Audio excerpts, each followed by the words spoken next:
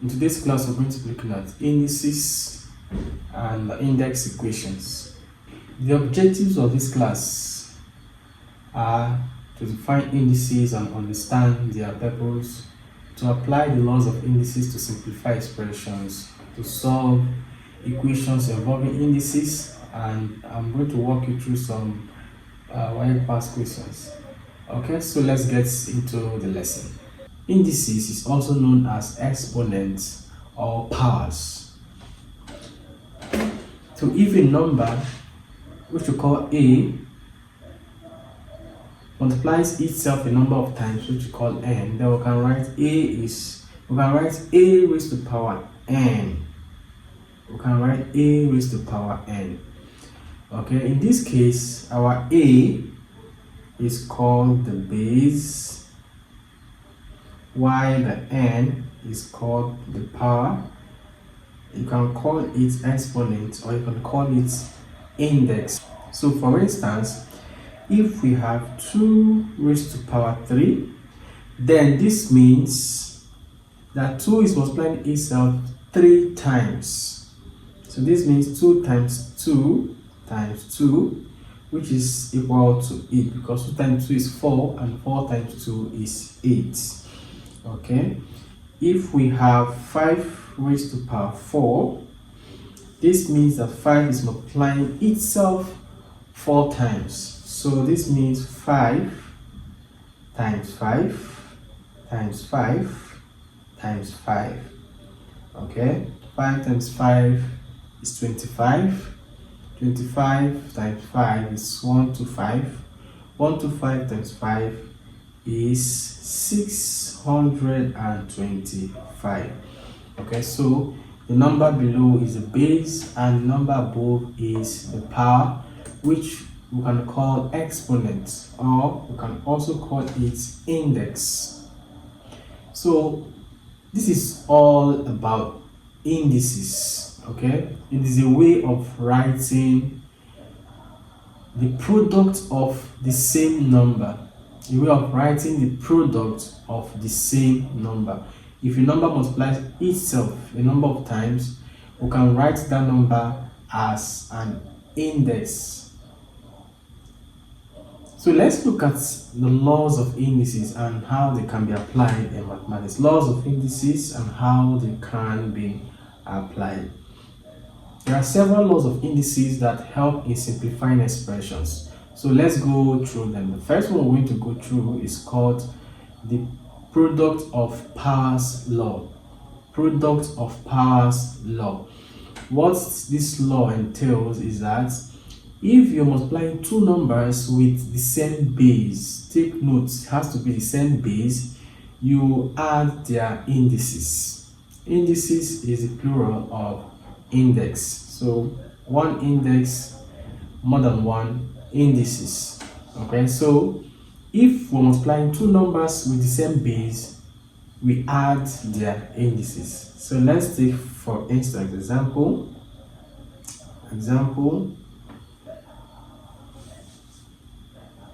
If we have 3 raised to the power 2 multiplying 3 raised to the power 4, the bases here are 3 and they are the same. Here is 3 raised to the power 2, the other is 3 raised to the power 4. They have the same base, 3. So the law, the product of powers law, says we should add their index. Okay, we should add their indices. So the first index here is 2, the next index is 4. And 2 plus 4 gives us 6. So we have 3 raised to the power 6. Okay, so 3 raised to the power 6 is 3 times 3 times 3 times 3 in 6 places, and that will give us 729. Okay, so this is the product of powers law. Let's take another example. So if we have 2 raised to the power 3 times 2 raised to the power 5, because the bases are the same, we take one of them as 2, and then because it is multiplication, product of powers law says if two numbers with the same base are multiplying themselves, then we add their indices. The first index here is 3, we add, the next index is 5, 3 plus 5 gives us 8. Okay, 2 raised to the power 8. 2 raised to the power 3 is 8, raised to the power 4 is 16, raised to the power 5 is 32, raised to the power 6 is 64, raised to the power 7 is 128, raised to the power 8 is 128 times 2 is 256. Okay, so generally the product of power law is written as a raised to the power m times a raised to the power n. A raised to the power n is equal to a raised to the power m plus n. So if a number is raised to a power and is multiplying the same base raised to another power, even if it's the same power, we pick the common base and we add the powers. Okay, so let's take a look at the next law. The next law is called quotient law. Quotient has to do with division. So if we are dividing two numbers with the same base, we subtract their indices. We subtract the indices of those two numbers. Okay, so if we have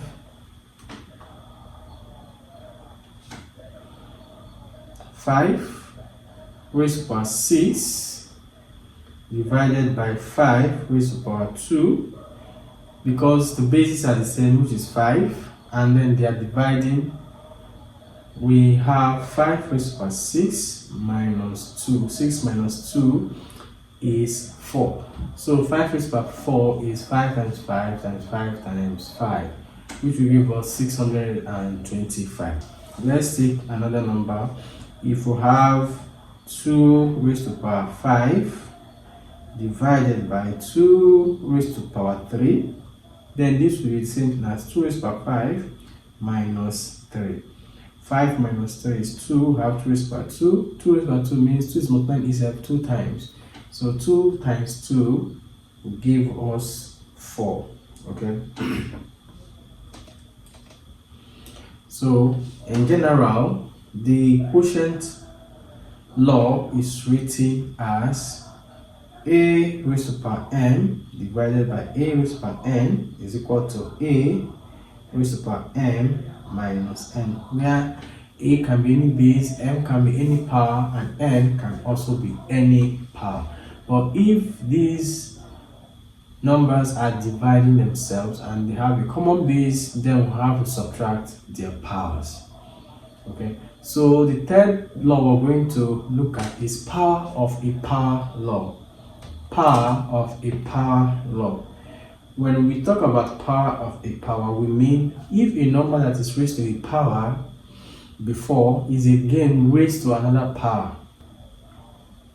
We have a raised to the power 2, and this a raised to the power 2 is now raised to power 3. This is what we call power of a power. Okay, and what indices law states here is that, what the law of indices states here is that if a number is raised to a power and is raised to a power again, then we'll multiply the powers. So in this case, we're going to have a raised to the power 2 times 3. 2 was the initial power and 3 was the power that it was raised to again. So we multiply the two powers, 2 times 3, which will give us 6.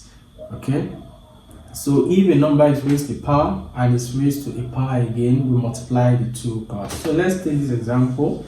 If we have 3 raised to the power 2 and it's raised to the power 3 again, then this is going to be 3 raised to the power 2 times 3, which will give us 3 raised to the power 6. Okay, so if you want to actually convert that to a number, then you can multiply 3 in 6 places, and that will give you 729. Next law we're going to talk about is the power of a product law. Power of a product. As the name implies, when we have a product of two or more numbers and they are raised to a common power. Okay, so if we have A, B is a product, that is A times B, and this is raised to power n. It means that we can distribute the power to both A and B, so this can give us A raised to power n times B raised to power n. Okay, if we use realistic examples, let's say that we have 2 times 4 raised to power 2. It means that we can raise 2 to power 2 and then raise 4 to that same power 2. Remember, this has to be for product. It will not work if this is addition. That's why it's called power of a product law. Power of a product. It works for a product.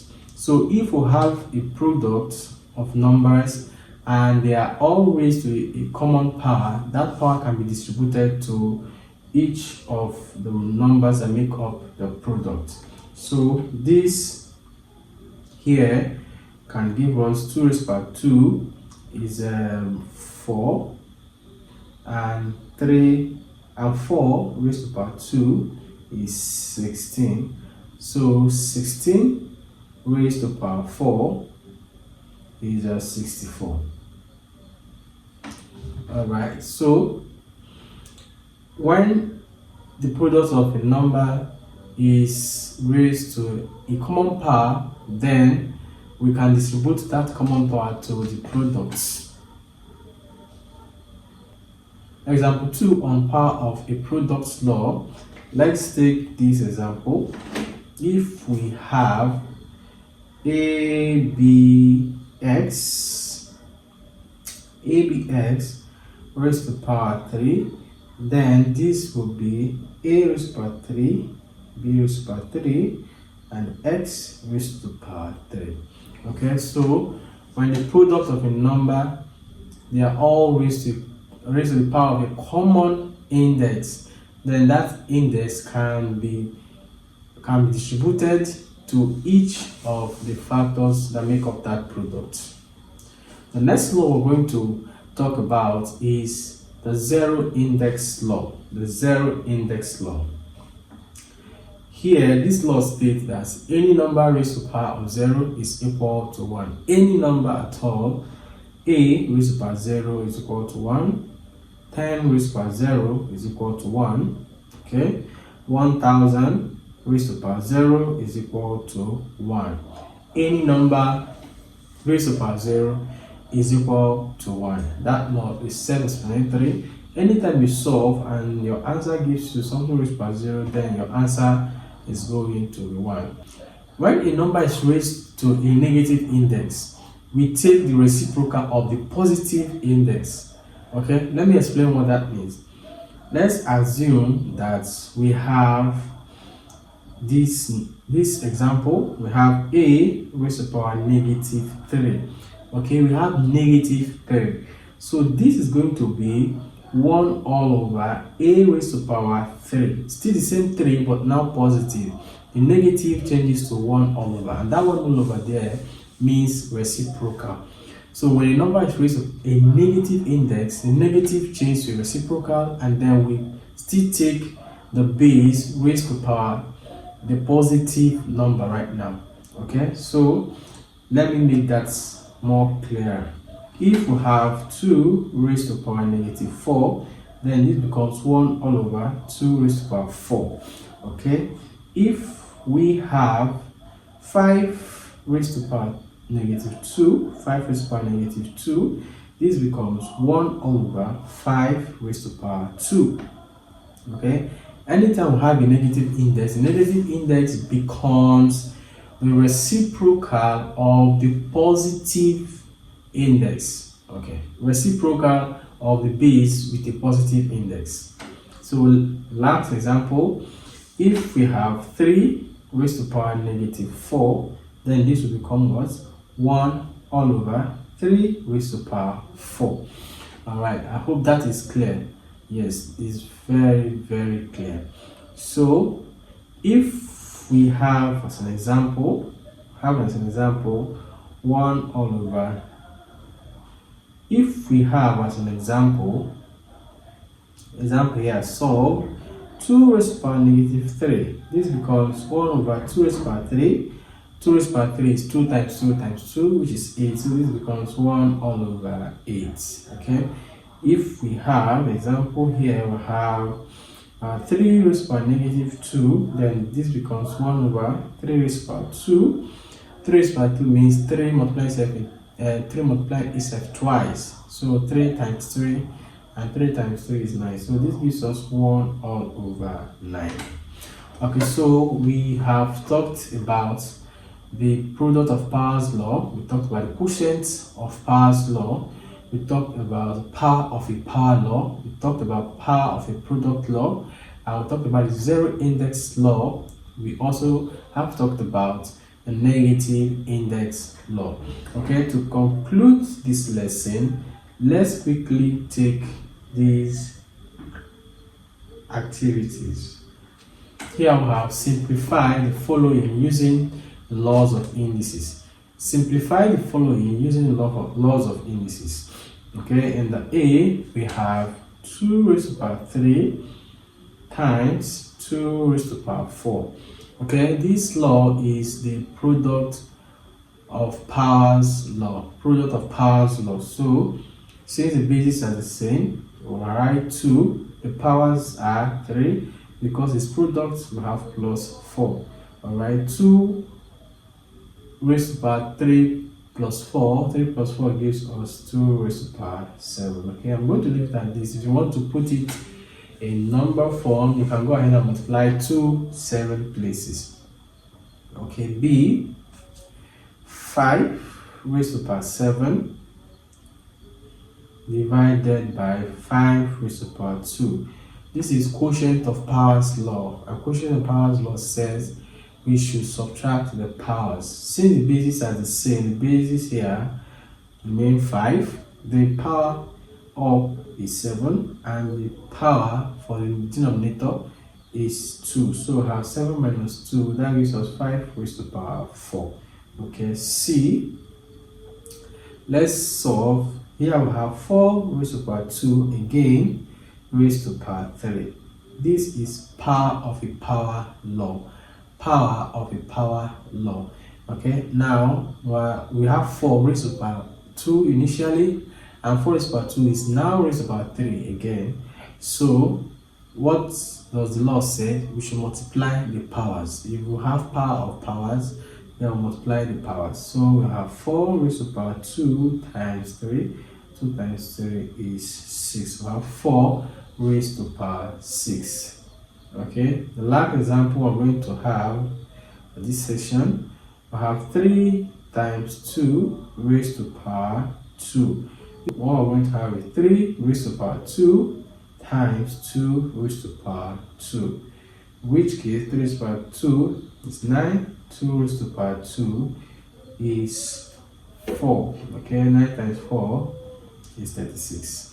Alright, so these are the laws of indices. Okay, in the part 2 of this class, we'll talk about more of the laws of indices. We'll talk about the fractional index law and some other law. Okay, I'm going to see you in the next class.